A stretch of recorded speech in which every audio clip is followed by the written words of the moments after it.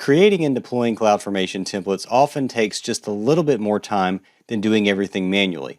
And it's time well spent because you can reuse and repurpose your templates. For example, you can use a single template to deploy to different environments like development and test, or even to different regions. CloudFormation can save you a lot of time and reduce costs.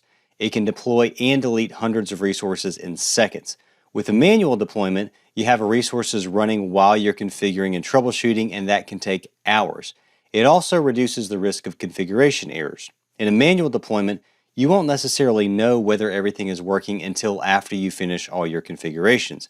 But when you deploy a CloudFormation stack, you will find out pretty quickly whether it worked. If, for some reason, a resource in the stack can't be created, CloudFormation will immediately roll everything back and delete any resources it did create.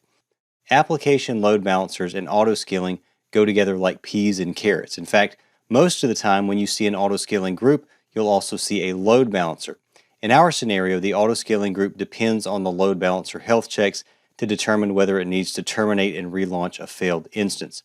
The load balancer depends on auto-scaling to provide the instances that go into the load balancer target group.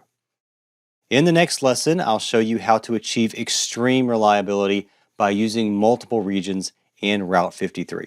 We're talking 5 nines availability with just a few minutes of effort.